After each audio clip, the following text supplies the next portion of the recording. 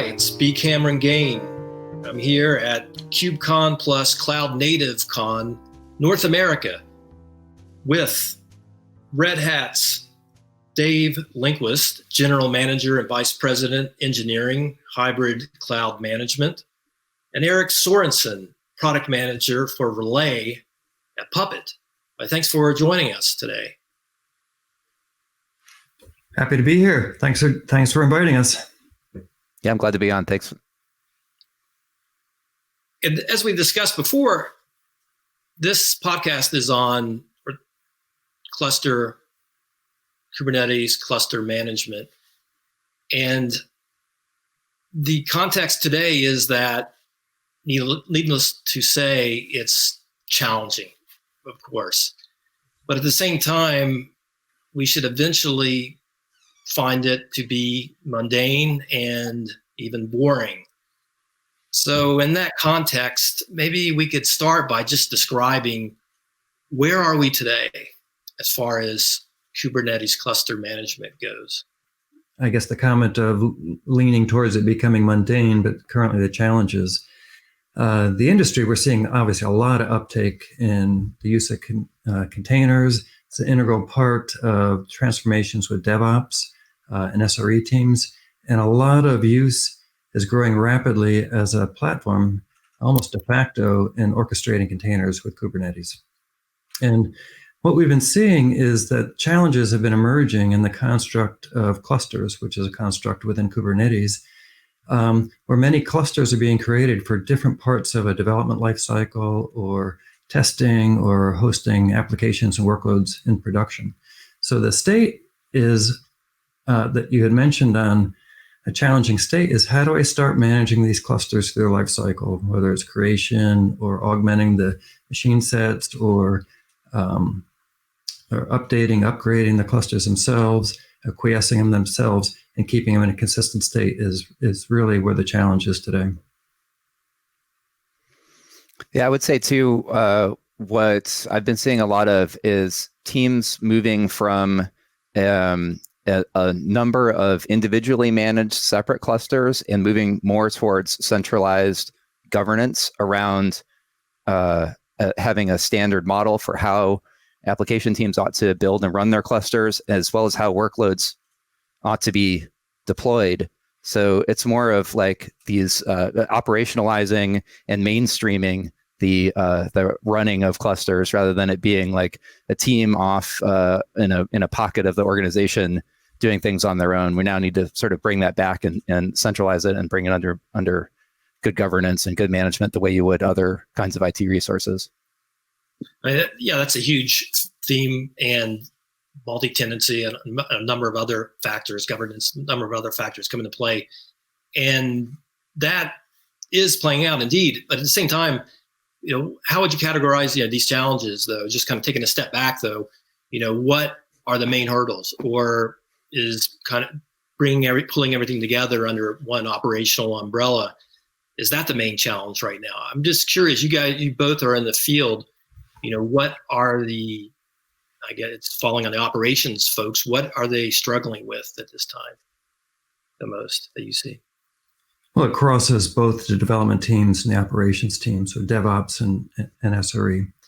And from the experiences I've had and my own teams, which have been heavily invested in building applications, containerized applications, cloud native with Kubernetes, we found that managing the clusters through their lifecycle, managing the configuration, in particular the compliance of the clusters in a standard, consistent way. Third, managing the applications, understanding the topology of the apps, the components of the apps, how they're deployed, deployment policies, updating and upgrading those apps. Those were the three major challenges that we found within our DevOps teams as well as our SRE teams. Time's up. Yeah, would you agree, Eric? Yeah, there's a lot of organizations that I've been talking to who end up building what amounts to an internal PaaS for their application development teams that runs on top of Kubernetes, but it is they're providing a platform for their internal customers so that they can deploy in a as I mentioned before, a well-governed sort of way. They can have some guardrails and build, off of a blueprint that's consistent with the other parts of the organization, rather than just having to go out and piece together an entire stack from whatever the most latest trending thing on Hacker News was. That they're actually going to a self-service model inside of the organization, and not getting in the way or slowing down the application teams, but providing them a framework so they can be successful and do that with a sense of maintainability and operability.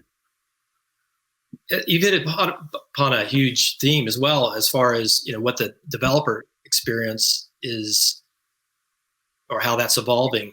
And it seems to be, and I've heard this before, Eric, you mentioned that they should have a set processes in place, as opposed to their picking and choosing how they want to deploy on Kubernetes. And at the same time, I'm thinking it's still, though, very difficult. There's a huge learning curve as well. So based on what you're telling me, and maybe you agree as well, Dave, is how is this playing out in the developer experience? And you're deploying on Kubernetes. How's that changing? Well, interestingly, often we ask how it's playing out on the developer experience. In many ways, I think the transformation of development more towards a DevOps model, in particular, getting into the continuous delivery aspects and more the operational aspects of updates and upgrades of applications, is changing the way we look at management of the platform. I think Eric brought up a very good point, is that above core Kubernetes, what you're seeing is increasing demand for a set of services to help with the DevOps teams, to help them with continuous delivery, that type of tooling, to help them with monitoring, logging, all sets of services there. So the advances in DevOps in many ways are driving demands upon the platform and driving the ability to have a consistent platform run in the different infrastructures where the teams want to do the development, where they want to run things in production, maybe where the data is, or maybe there's regulatory or just policies within the business. So to me, it's very interesting to see how the movement into DevOps is actually shifting what's required on platforms and what's expected on platforms and expected on the management of the environment. That point about the learning curve is a huge one. I mean, it's not just Kubernetes at this point. It's Kubernetes plus your monitoring, plus your Prometheus, plus your tracing, plus a service mesh if you have one. And all of those things need to work together in a consistent way in order to provide the full stack of services. Each one of those has some benefits, but at each additional layer, or each additional piece of tooling that you include in that adds complexity. It adds a new thing that the operations side of the house needs to learn in order to provide those capabilities to the application teams. Maybe I was putting the horse before the cart a bit, but based on what you're saying, it seems that the operations teams, the DevOps teams, they're putting everything into place as far as operations go, and that's a huge challenge. But once it's in place, the developers now are continuing to or it's becoming transparent, the fact that you're deploying on Kubernetes. Is that true? And at the same time, when is this process going to become boring? I mean, when is cluster management, or how should it be boring and not be an issue once it's in place? Because what you were saying, especially you, Eric, was that you have this wild west of tools available for the developers, but at the same time, once the DevOps teams put everything in place, it should be pretty, I would say, irrelevant that you're deploying for Kubernetes or not. Well, the goal of the platform is to disappear ultimately, and to make it so that the business, the developers can focus on delivering value for the business, and the entire team can kind of get the mundane parts out of the way and have it submerged to a level below, as you were talking about, below the level of consciousness where they're not aware of it.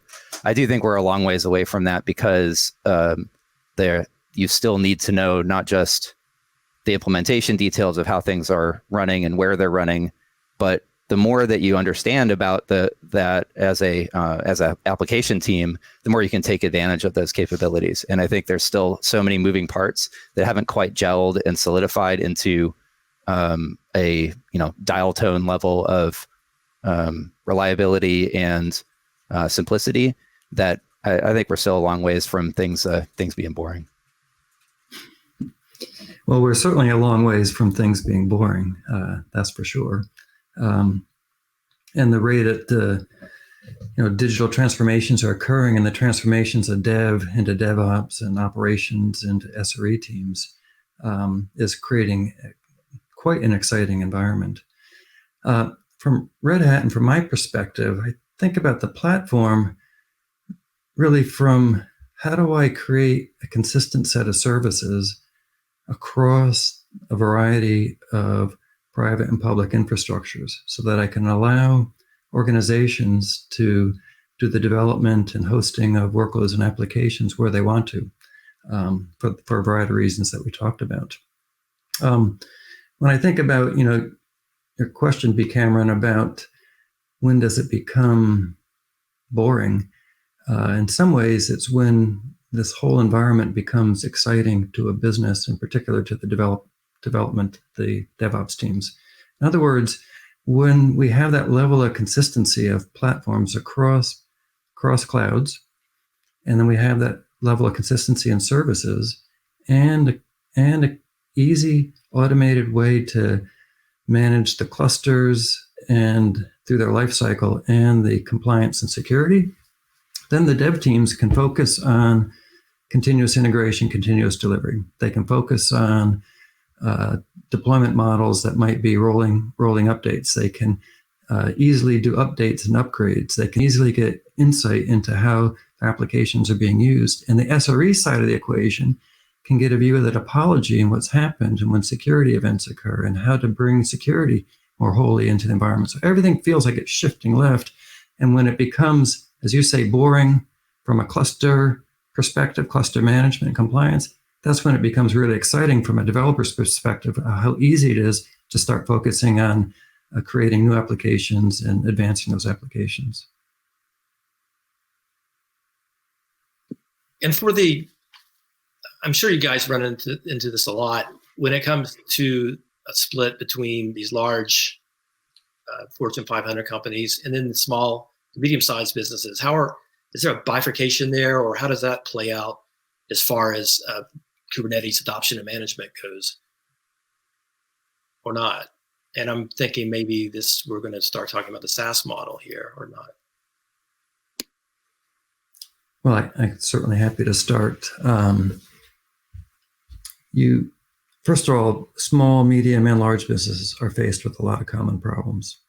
We were talking about embracing containers, embracing the new programming models, microservices, DevOps, and then Kubernetes clusters and security and availability of your workloads. So we're all facing that. It's also interesting that many enterprises look like multiple small or medium businesses as they embrace the new technologies within different units. I think it's just, in some ways, it's trade-offs. It's trade-offs between wanting to have control and a lot of flexibility in how these clusters are set up and deployed and managed.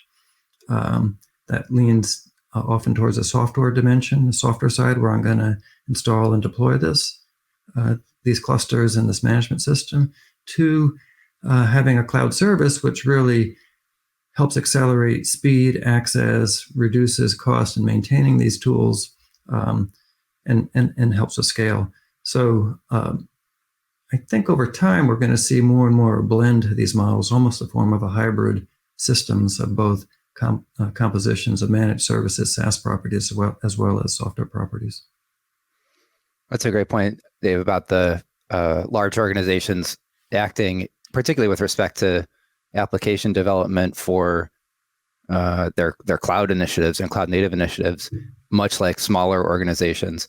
I talked with a customer a little while ago who worked for a large healthcare sector company up here in the Pacific Northwest, and they were tasked with working on their cloud native initiative and had physically been moved out of the main campus into the sort of hot startup-y real estate area in downtown Seattle, so that they were organizationally and physically separated from the main kind of slow-moving traditional IT infrastructure. But at some point, that channel has to be reopened, and they have to be assimilated back into the mainstream of the organization. But just in order to get there faster, be able to move quickly, and to take advantage of new technologies, they felt that was a worthwhile separation to make.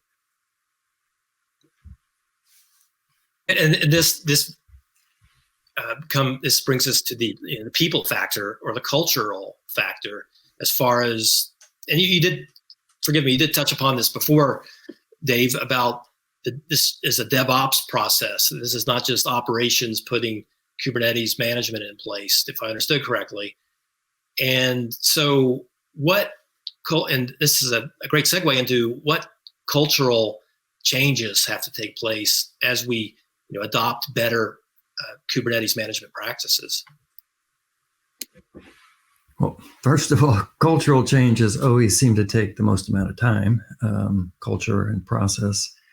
That's why these things take time to mature. Many organizations have been on a dev transformation journey for a number of years in combination with their journey to cloud. In other words, building new cloud native applications as well as modernizing their existing portfolio.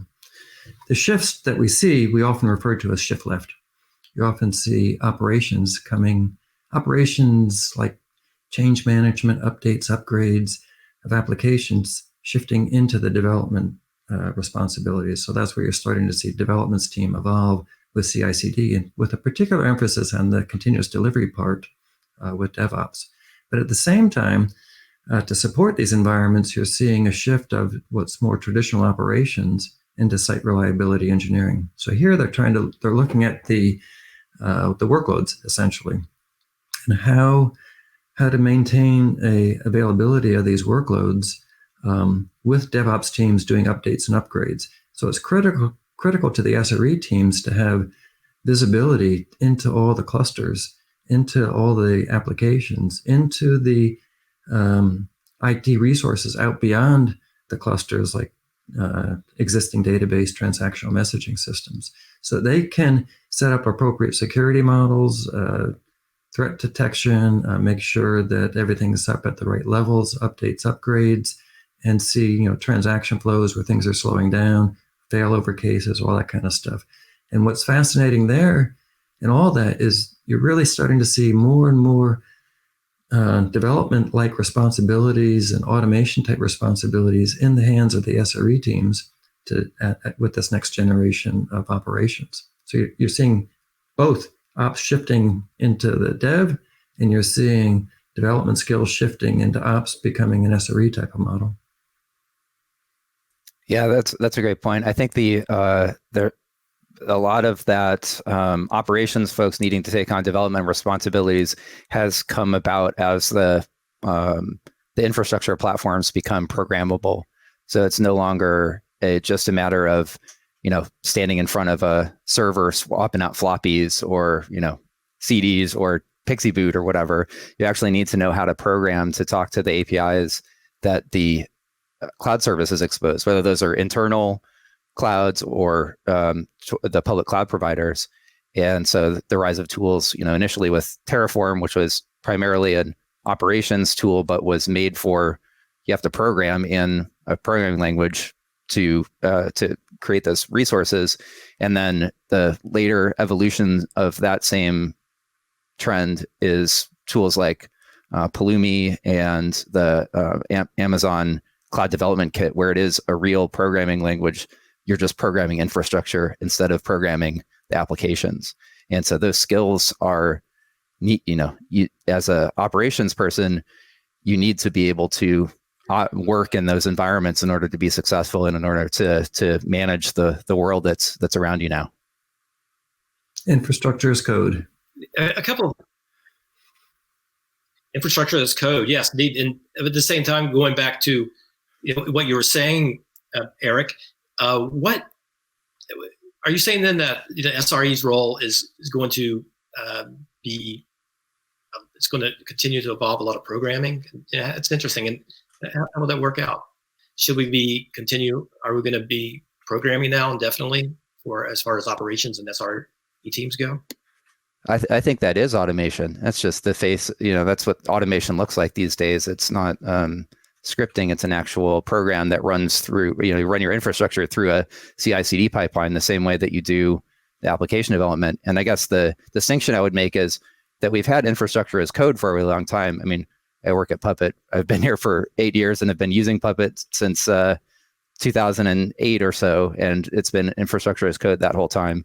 But what we're actually seeing now is infrastructure as software, where we really treat software development principles like CI/CD, like having tests for your infrastructure, unit tests and integration tests for it, and managing it as you would a software project with releases, roll forwards and rollbacks, but at that infrastructure layer, because that layer it now supports being programmed in the same way that an application does. Yeah, that's a good point.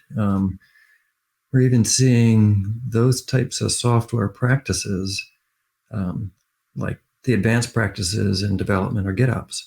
And that is then applied right into your policies, configurations, compliance, where using a GitOps model, we can keep the infrastructure in the appropriate configurations, compliant with policies, desired state, all through these modern software techniques.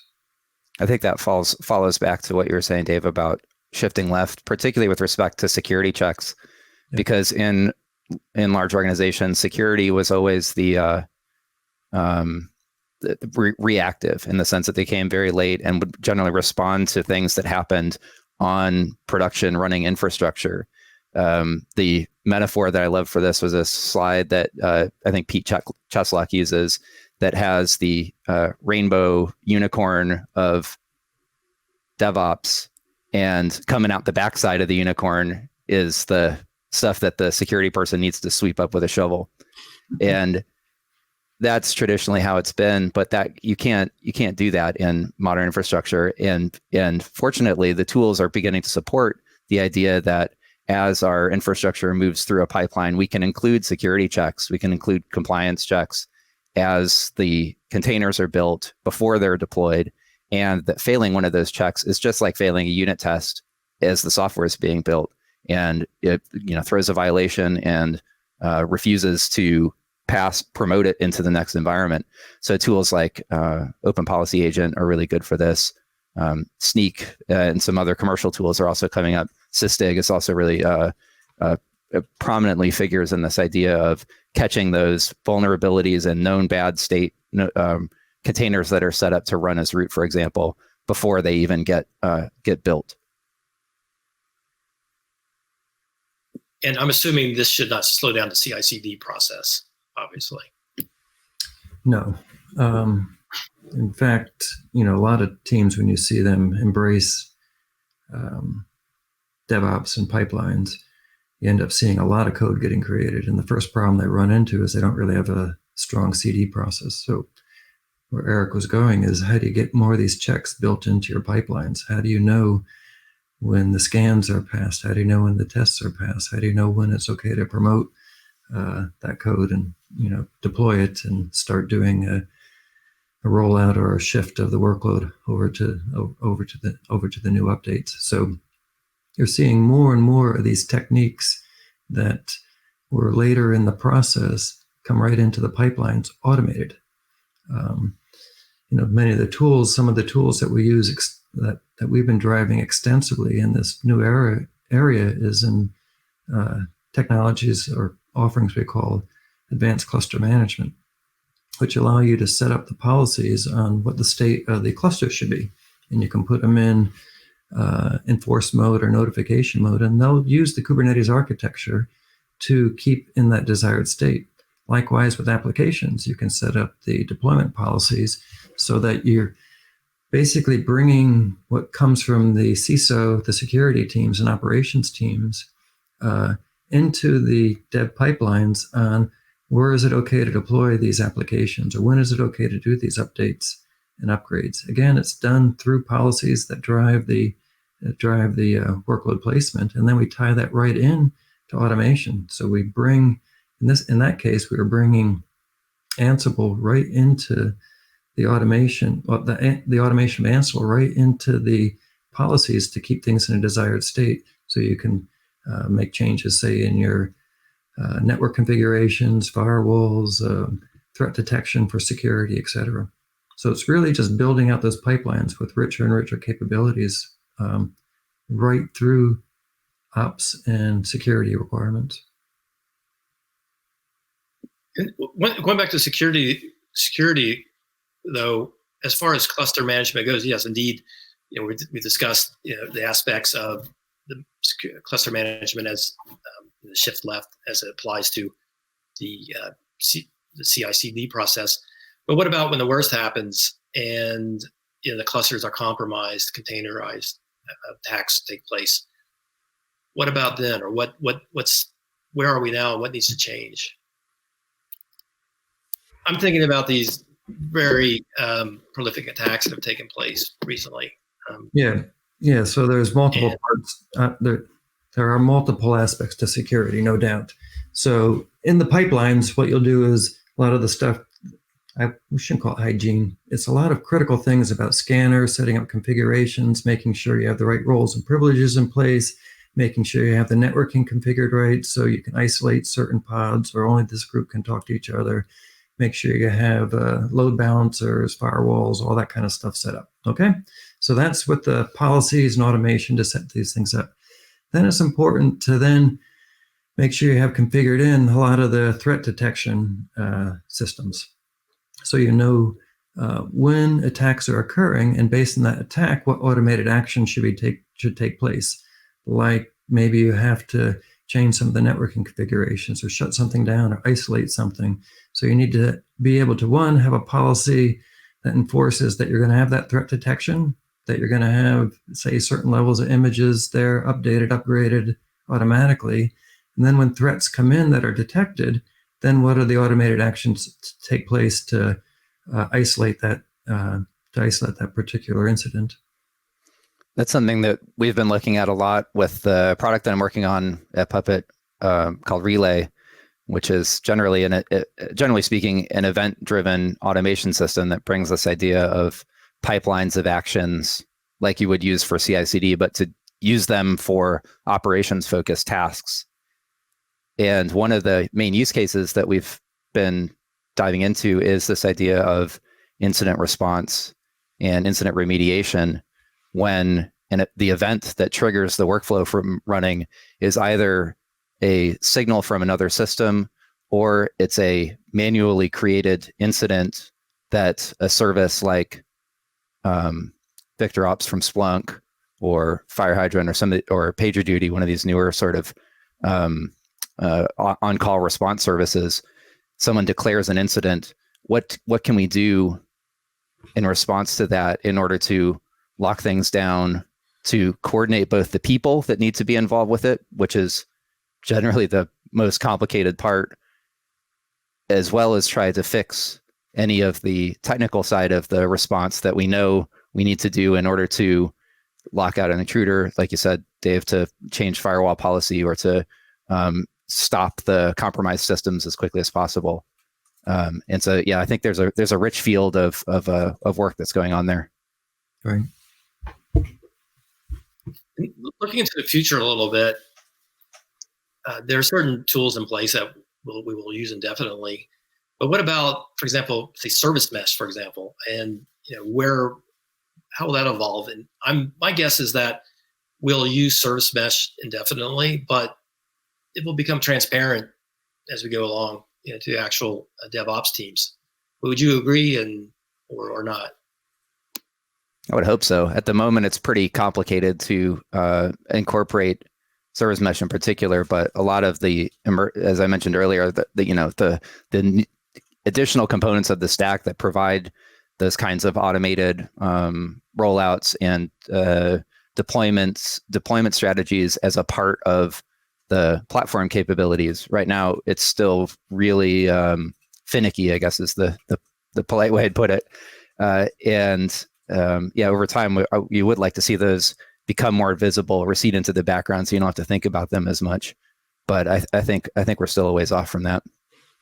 Yeah, I think at first it's natural to have an evolution of services that almost keep going upstack. And what I mean by that is you have containers, you then end up with orchestration of containers like Kubernetes, and you end up with service meshes to support microservices and the flow of requests, response, transactions through those microservices through a mesh. And you'll just see that natural evolution. You'll see that naturally becoming part of the platforms, if that's what we mean by hardening and becoming robust and almost just there for the developers to use. I think as we look forward, a lot of things we're learning, we always do as we go through each of these generations. And some critical things that we're learning with microservices and containers and Kubernetes is this ability to really leverage policy to create a desired state, this ability to have huge ecosystems for automation to automate actions where large numbers of contributors in, so you have just a vast amount of content.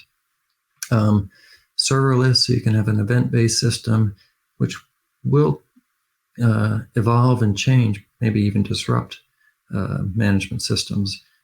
Clearly, the way serverless comes into play. So we'll see a lot of the techniques that are actually pushing next generation applications reformulate how we build and augment management systems in support of that, and in some ways vice versa. Yeah, I think we're seeing that with tools like Cluster API that allow you to manage Kubernetes clusters with the same kind of declarative control loops that you use for managing the workloads inside of those clusters. Right. And in some case, that might be sort of a, if the tool you have is a hammer, everything looks like a nail kind of problem. But on the other hand, I do think there are some really good advantages to it. And as somebody who's been working with a system that really does do declarative control loops to resolve system state for a long time, it's great to see that become sort of the dominant paradigm for not just individual systems, but for networks of systems and for the for cluster management overall.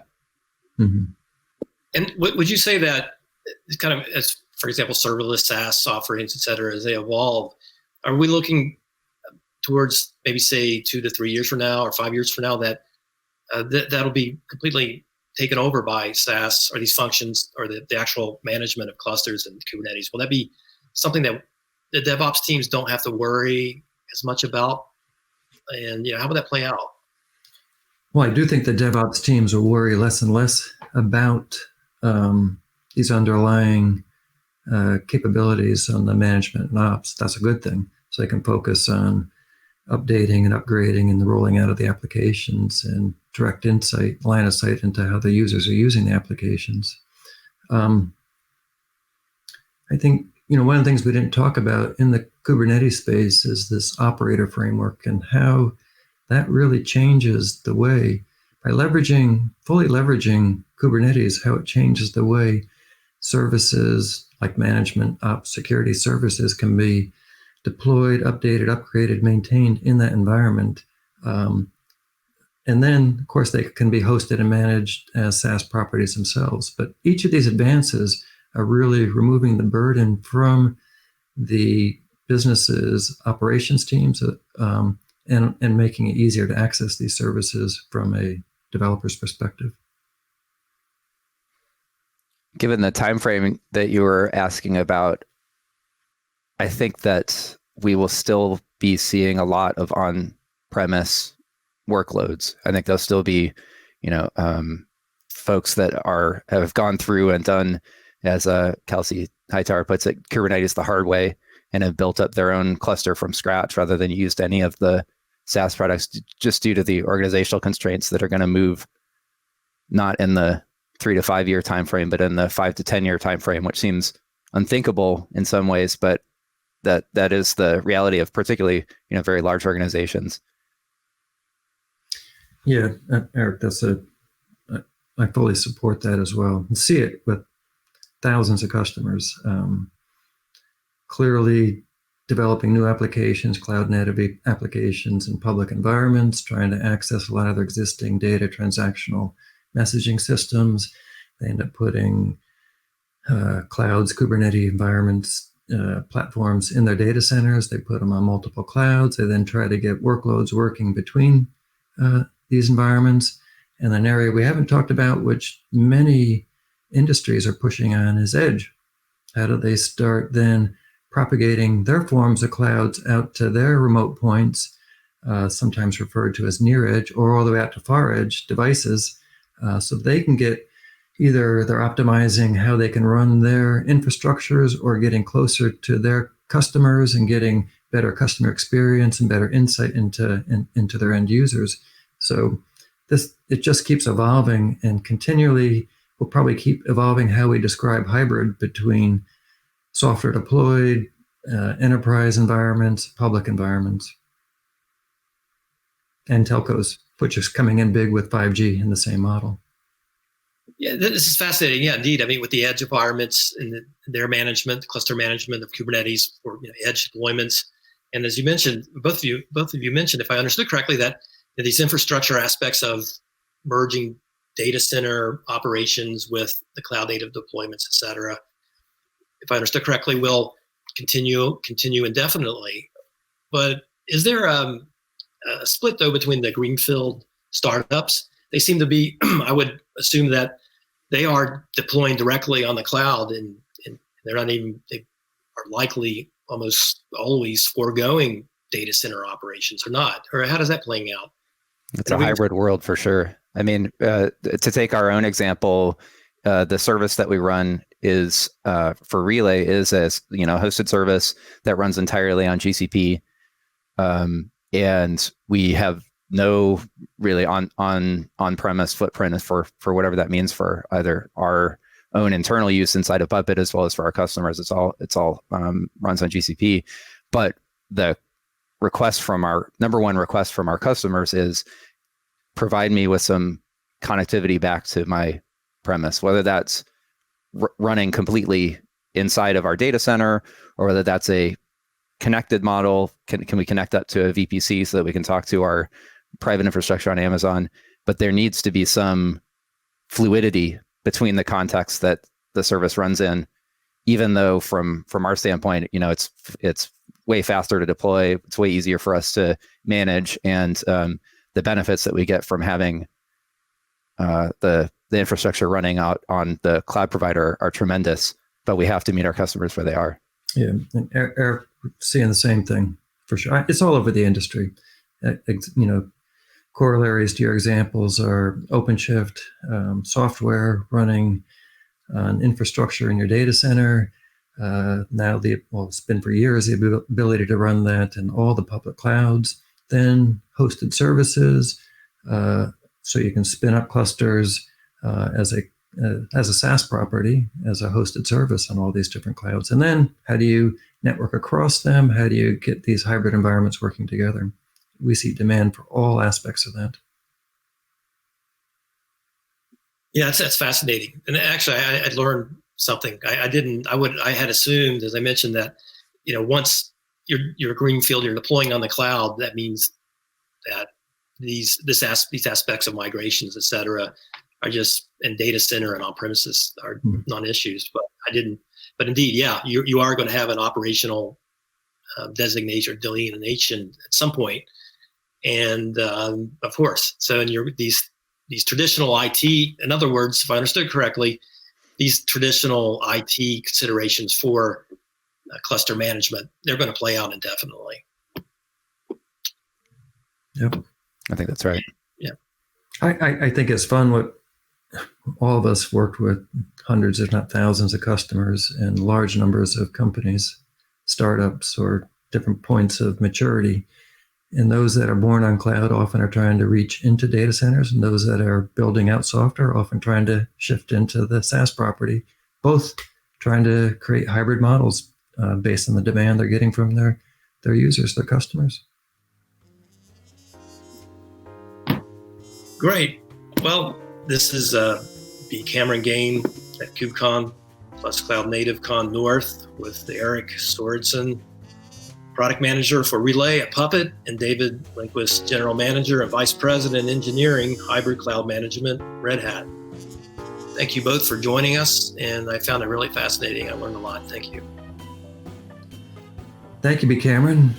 Eric? Great. Yeah, thanks very much for having us. It's good, great talking.